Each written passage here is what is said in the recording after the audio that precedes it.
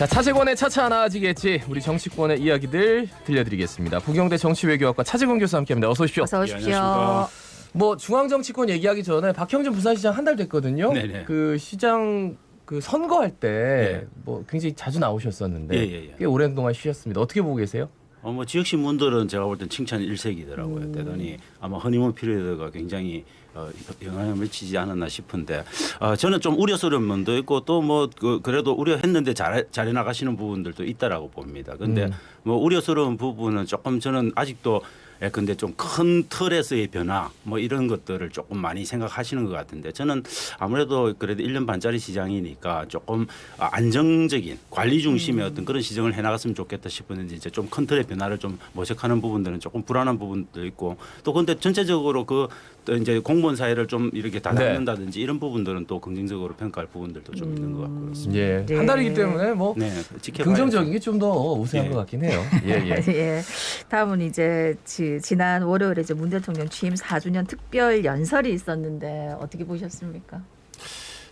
저는 뭐 모르겠습니다. 일단은 저는 그 문 대통령님이 생각하고 계시는 게 나 열심히 했다.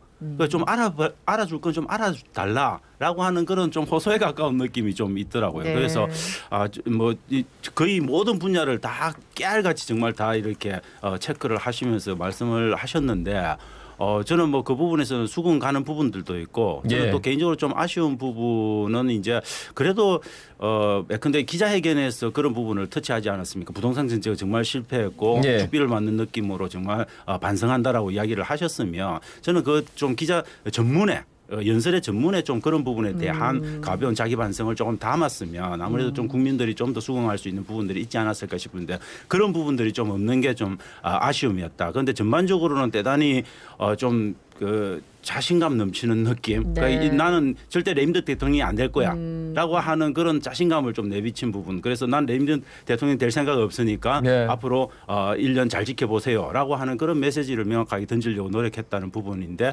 야당한테는 저는 전혀 성에 차지 않는 그런 특별 연설이지 않았을까 싶습니다. 그러니까 뭐 부동산 정책 잘못했고 네. 뭐 통렬하게 반성하고 네. 그런데 이렇게 잘한 것도 있습니다. 네, 예. 잘한 건 명백하게 있죠. 제가 볼 말씀을 때는, 예. 하시고 싶었던 것 같아요. 네네, 맞습니다. 예, 전체적인 연설의 뉘앙스가. 예, 근데 예. 이제 저는 부동산 정책에 잘못했다라고 하는 것들을 좀 더 명확하게 이야기를 하는 게 좋지 않았을까. 네. 근데 그걸 그냥 기자회견 때 말씀하신 게 조금 아쉬웠다. 네. 그렇게 그러니까 전체적인 보는 거죠. 기조 연설 하실 예, 때 하실 그런 때 게 조금 넣었으면 들어갔으면 좀 저는 네. 좋지 않았을까 하는 생각합니다. 자, 그리고 지금 이제 국회 굉장히 좀 시끄러워요. 요즘. 네. 국무총리 인준안이 처리가 불발이 됐습니다. 네. 어떻게 보셨어요? 거의 뭐 이번 정권 들어서는 거의 모든 것들이 다 불발이었기 때문에 저는 뭐 놀라운 사실은 아니라고 봅니다. 그러니까 32번씩 이번에 뭐 하면 32번이 되는 건데 저는 32번 된다 하더라도 이번 정권이 갖고 있는 어떤 특성이라고 봅니다. 이번 정부 여당과 야당 사이의 관계의 특성 이런 것들이 보여주는 거라고 보는데 모르겠습니다. 저는 일단은 지켜봐야 되는 게 이제 내일입니까? 대통령과 여당 지도부가 새로 만나는 네네. 간담회 네. 자리가 있으니까 그 자리에서 아마 제가 볼 때는 새로 이제 취임한 여당 대표를 비롯해서 지도부가 좀 그런 건의를 하지 않을까. 그러면 대통령이 조금 귀를 기울일 가능성이 있고 네. 그래서 정의당은 지금 임혜숙 박준영에 대해서는 지금 안 된다라고 네네. 이야기를 하는 데스노트가 있지 않습니까? 네. 그럼 네네. 그런 것들을 감안해서 한두 명 정도 조금 밟고 넘어가는 네. 뭐 그런 종류의 어떤 조금 그런 시소 예, 예. 게임을 좀 안 그래도 해주면 좋지 예. 않을까 싶습니다. 제 개인적으로. 민주당 초선 의원들 더 민초를 하지 예, 뭐 예. 그런 의견은 한 명 정도는 저는 한 명 정도면 되는데 문제는 이게 지금 이 국민의힘이 갖고 있는 생각은 조금 이게 다른 것과 연결돼 있는 겁니다. 자기들이 갖고 지금 챙겨야 되는 상임위원장 자리들에 네. 대한 양보들을 받아내기 위한 조건으로 조금 내세우는 측면들이 있기 때문에 저는 딜의 과정이 쉽지는 않을 거라고. 그러니까 법사위원장 자리를 네, 놓고 지금 이런 것도 아마 그런 딜 중에 하나가 그게 완전히 있겠지. 연계돼 예. 있고 실제적으로 뭐 그래서 사실 민주당 입장에서도 그걸 쉽게 받아들이기가 어려운 네. 부분들이 있는 거죠. 그러니까 김부겸 국무총리는 뭐 다수당이 민주당이니까 통과될 것 같은데 이제 장관 후보 3명에 대해서 이제 어쨌든 국회에서 합의가 안 되더라도 장관을 임명을 하면 되는 거잖아요. 이게 저는 그런 모습들을 안 보이는 게 좋다고 봅니다. 저는 적어도 한두 명 정도는 그냥 묻고 가는 그러니까 게. 두 명이냐 한 명이냐 그것도 굉장히 좀 의미가 있어요. 좀 왜냐면 두 명 중에 근데 임혜숙 박준영 같은 경우는 경중을 가리기가 굉장히 어렵습니다. 그래서 네. 사실 세트로 가는 게 맞다라고 보는데 세트로 빠지면 세트로 빠져야 된다고 네. 생각을 하는데 노영우 후보 같은 경우는 저는 여전히 조금 아직 그 스레스홀드를 조금 넘진 않았다라고 보는 거고요. 그래서 아마 정의당도 그렇고 심지어 국민의힘도 노영우 후보에 대해서는 뭐 오케이 하고 갈 가능성이 있다. 그런데 저는 국민의힘의 조금 아쉬운 부분은 일단 조금 먼저 공을 저쪽으로 넘기는 그래서 적어도 저기서 청문회 다시 재검토해달라고 하는 대통령의 요청을 받지 않고 국회가 좀 전향적으로 이렇게 먼저 오케이 우리 이렇게 통 크게 틀고 가겠다. 대통령 네가 알아서 해라. 뭐 이런 방식으로 좀 나가는 모습도 한 번은 보여줘야 되지 않을까 싶은데 끝까지 그런 모습을 국민의힘도 보여주진 않네요. 근데 확실히 보궐선거 이후에 좀 달라진 게 뭐냐면 민주당도 그렇고 국민의힘도 그렇고 뭔가 시끄러워지는 거를 굉장히 부담스러워하는 것 같아요. 네. 아니 저는 민주당은 시끄러워지는 거 부담스러워하지만 국민의힘은 시끄러워지는 거 부담스러워할 이유는 없다라고 봅니다. 그러니까 이제 전당대회를 앞두고 있기 때문에 뭔가 지금 모으고 있는 상황에서 네네. 예, 하여튼 뭐 그런 느낌이 있어서 그러니까 장관 이제 이런 청문회 같은 거를 지켜보는 국민들은 항상 드는 생각이 어느 정권이든 간에 저런 사람밖에 없나거든요. 뭐 걸리는 게 없는 게 없는데 근데 이번에 대통령도 연설할 때 그러니까 기자회견에서 그런 얘기를 했고 이 청문회 자체를 조금 바꾸는 거에 대해서는 어떻게 생각하십니까? 저는 오늘 오는데 라디오를 듣는데 그 민주당의 장모 이번에 지도부에 세워놓은 장모 의원께서 이야기하는 게 그 대한민국 인사청문회에서는 그 부처님이 나와도 예수님이 나와도 아마 통과하기는 어려울 거다라고 이야기를 할 정도로 사실 우리 도덕적인 스탠다드가 굉장히 높고 인사청문회 자체가 저는 이미 정쟁의 아주 굉장히 중요한 수단으로 변질되어 버렸다고 봅니다. 그래서 저는 정말 여야가 가리거든요. 왜냐하면 국민의힘이 다음 정권 잡으면 똑같이 겪을 일이니까 이번 정권에서 저는 정말 제도화된 모습으로 정책 검증을 할 부분은 별도로 하고 또 그다음에 도덕성 검증을 할 부분은 별도로 하는 그런 조금 제도화된 틀을 보여주는 게 국민들을 좀 덜 필요하게 만드는 노력이 아닐까 싶어요. 근데 그게 아이러니한 게 고용노동부 장관은 일사천리로 통과됐잖아요. 그렇죠. 그분이 부처님이에요? 뭐 그렇죠. 그러니까 찾으면 있다는 거죠. 찾으면 있겠죠. 좀더 면밀히 쉽지 않습니다. 쉽지는 않은데. 자, 국민의힘 전당대회 얘기를 좀 해보겠습니다. 다음 달 11일 전당대회를 엽니다. 지금 한 10명 정도가 하마평에 오르고 그리고 뭐 원외에서도 조금 이제 컨택을 하려고 하고 어떻게 보세요? 뭐 저는 그렇게 많이 나오고 경쟁하는 건 되게 좋고 특히 국민의힘은 저는 젊은 초선 의원도 나오고 당 바깥에 있는 인기 스타 저는 그 최고위원 출신도 나오고 하는 거는 되게 좋은 모습이라고 봅니다. 물론 그런 분들이 실제로 당대표가 될지는 알 수 없지만 저는 그런 국민의힘의 변화 그리고 내부적인 어떤 개혁에 대한 압력 이런 것들이 저는 국민의힘을 좀 합리적인 보수로 옮겨나가는데 굉장히 큰 힘이 될 거라고 봐서 저는 그런 부분에서는 조금 그런 목소리들이 더 커질 수 있게 제도 개선들을 해주고 경선룰도 조금 전향적으로 바꿔가는 게 저는 국민의힘의 집권 가능성을 더 높인다 그렇게 저는 개인적으로 봅니다. 그런데 지금 이 경선룰이 아직 정해진 건 아니죠. 경선룰은 지금 현재는 7대3으로 딱 정해져 있는데 이거 지금 현재 50%에서 100% 정도까지 더 그 국민 여론을 반영할 방법을 찾자라고 지금 목소리를 높이는데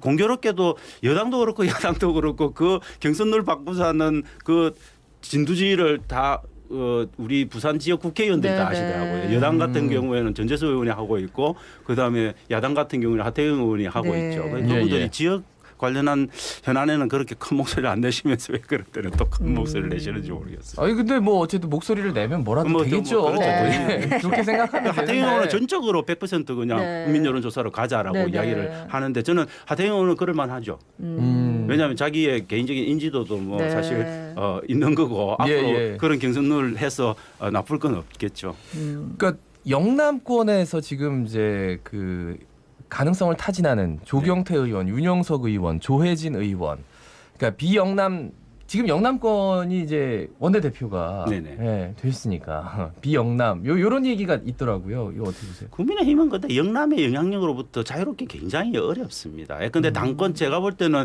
7대3 룰이 그대로 가면 결국은 당내에 가장 큰 입지를 갖고 있는 영남권 의원들이 선택을 할 수밖에 없는 거고 영남 당원들이 또 그걸 선택을 해나갈 수밖에 없는 부분이기 때문에 저는 뭐 그게 그지 국민의힘의 결국 아이덴티티는 영남에 꼽혀 있는 건데 뭐 그걸 그걸 굳이 저는 거부할 필요가 있나 하는 생각이 듭니다. 근데 물론 국민의힘이 전국 정당화하기 위해서는 네. 그런 것들을 탈각을 하고 적어도 이 원내대표가 여기 영남 출신이면 비영남 출신으로 당대표로 가는 게 맞다라고 일반적으로 생각은 할 수 있겠지만 예, 예. 그게 뭐 굳이 그렇게 지역 자체를 가르는 게 저는 의미가 있나 싶습니다. 그런 틀 자체를 프레임 자체를 저는 벗어나야 된다고 봅니다. 근데 국민의힘 내부에서도 그런 이미지를 좀 벗었기 때문에 지지율이 이번 선거에서. 높았고 이번 선거도 뭐 당연히 이겼다고 그렇게 생각을 생각을 하는데 근데 지금 또 홍준표 의원 같은 경우에 복당 문제를 두고 지금 뭐 나경원 의원도 얘기가 나오고 있고 막 이렇게 전 의원도 얘기가 나오고 있으니까 다시 이제 도로 한국당이 되는 거에 대한 걱정을 하는 국민의힘 내부에서도 그런 게 많더라고요. 그런 걱정은 당연히 할 수밖에 없는데 저는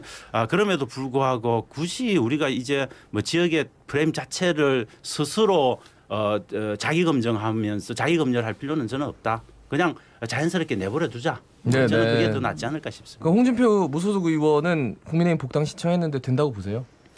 저는 될 가능성 꽤 있다라고 봅니다. 예, 저는 왜냐하면 그래도 뭐 육선 의원이 되시는 분인데 그런 분이 그냥 바깥에서 이렇게 그분도 자원이지 않습니까? 예, 예. 그런 분들이 저는 그 국민의힘 안으로 들어가 필요도 있고 또 국민의힘 안에서도 그런 분들을 끌어들이기 위한 목소리를 내는 분들도 있기 때문에 저는 그렇게 불가능한 일은 아니라고 봅니다. 더불어민주당 대선 경선 시기 이거 좀 뒤로 미루자 이런 의견에 대해서 이제 이재명 지사는 공개적으로 좀 반대 의견을 냈습니다. 네네. 어떻게 보세요? 뭐 이재명 지사는 당연히 반대해야 되겠죠. 그렇겠죠. 지금 있는 네. 다 챙겨서 가려면은 바쁘시니까 당연히 반대할 거고. 근데 거의 모든 다른 예컨대 후보들은 거의 다 한 마음일 겁니다. 아마 미루자라고 하는 이야기일 거고. 그다음에 또 미뤄야 되는 상당한 이유들도 나름대로 다 이유가 있는 겁니다. 경선의 이벤트 효과를 국민의힘한테 내주는 효과도 있고, 그다음에 코로나라고 하는 엄중한 그 상황이 있기 때문에 사실 당헌 당규에 명기된 위기 시에 미룰 수 있다라고 하는 그런 종류의 당헌 당규하고도 위배되지 않는다. 뭐 이런 저는 충분한 명분은 또 갖고 있다라고 보는 거죠. 예. 그래서 저는 뭐 그거는 뭐 당원들이 결정한 문제죠, 사실. 당원들이 또 뭐- 투표를 해요. 아마 또 당원들이 아니고 근데 중앙선관위나 이런 것들이 있을 거 아닙니까? 그런 당 데서 지도부가 판단할 지도부가 일이다? 충분히 판단할 문제라고 봅니다. 그러면 연기될 수도 있을까요? 그건 참 제가 말씀드리기 왜냐하면 굉장히 가장 어려운데. 유력한 예. 대선 후보는 연기하기 바라질 않아요. 근데 나머지 대선 후보들이 전부 다 연기를 하기를 바라는데. 저는 지금 팽팽하다고 봅니다. 지금 현재는 팽팽한데 저는 개인적으로는 그것이 좀 그 추가 예. 저는 민주당의 주류 세력이 어떤 생각을 갖고 있느냐에 따라서 달라질 건데 저는 민주당의 여전히 주류라고 하는 분들은 이재명 가까이 가 있지 않다라고 봅니다. 그래서 저는 연기 가능성도 꽤 있을 거다 그렇게 봅니다. 연기가 된다. 저는 연기 가능성도 있지 않을까 생각합니다. 그러면 논란이 또 내부적으로 좀 시끌시끌할 것 같은데. 많이 시끌시끌 하겠죠. 그렇지만은 그냥 지금 상태로 바로 9월 달에 해버리게 되면은 너무 판이 뻔한 건데 다른 분들이 가만히 있겠습니까?